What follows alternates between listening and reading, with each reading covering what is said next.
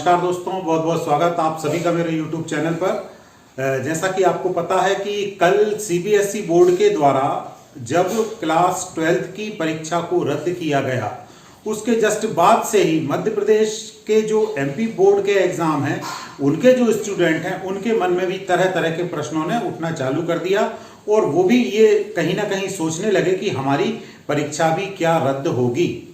तो अब इस बड़ी खबर पर आज हम यहाँ पर आ गए हैं। सब आप इंतजार कर रहे थे कि MP बोर्ड क्या डिसीजन लेगा, तो आज MP बोर्ड ने भी इस बैठक को आयोजित किया और MP बोर्ड के पहले आज सुबह ICSE बोर्ड जो है उसने भी अपनी 12वीं की परीक्षा को रद्द कर दिया, हरियाणा बोर्ड ने भी रद्द कर दिया, गुजरात ने भी रद्द कर दिया, राजस्थान में भी संभवतः रद्द है।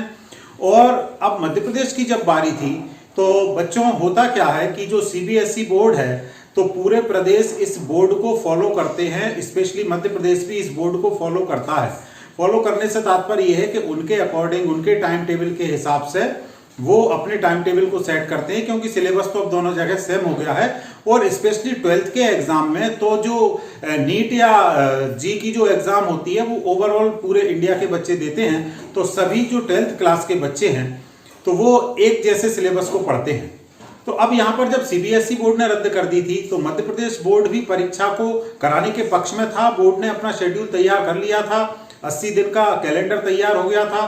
3 विषय पे परीक्षा कर, 3 जो मुख्य विषय होते हैं उनमें परीक्षा लेने की रूपरेखा बन गई थी, कंप्लीट हो गई थी और संभवतः 2-3 दिन में वो चीजें हमारे सामने आ जाती। लेकिन जब कल CBSE बोर्ड ने परीक्षा को रद्द किया, माननीय प्रधानमंत्री महोदय ने जब कहा कि बच्चों की सुरक्षा सर्वोपरि है, तो उन्हीं बातों को फॉलो करते हुए आज एक बैठक आयोजित की गई, जिसमें हमारे माननीय शिक्षा मंत्री जी भी उपस्थित रहे, हमारे वरिष्ठ जो बोर्ड के अधिकारीगण हैं उन सबकी उपस्थिति में मध्य प्रदेश ने भी अपनी 12वीं की परीक्षा को रद्द करने का फैसला ले लिया है।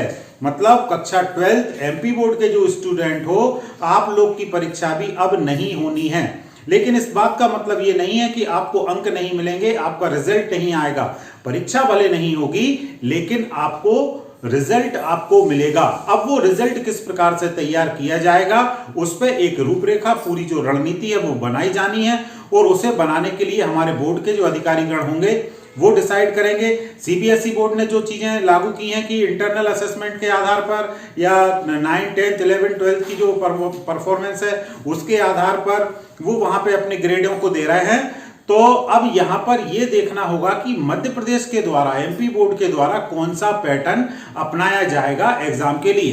क्योंकि देखो 10th के लिए तो उन्होंने जो आपके हाफ ईयरली एग्जाम थे, जो यूनिट टेस्ट थे और जो रिवीजन टेस्ट थे, उनसे एक पूरा एक प्रोग्राम बनाकर वहां से रिजल्ट को तैयार कर दिया है।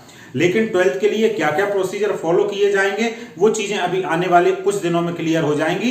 फिलहाल तो एक बड़ी खबर यही है कि MP बोर्ड ने भी अपनी परीक्षा को निरस्त कर दिया है। तो आपके मन में जो शंकाएं चल रही थी उनको अब आप विराम दें और अपने अगले लक्ष्य की ओर ध्यान केंद्रित करें। अब यहाँ पर परीक्षा के निरस्त होने के बाद 2 समस्याएं सबके मन में उठ रही होंगी।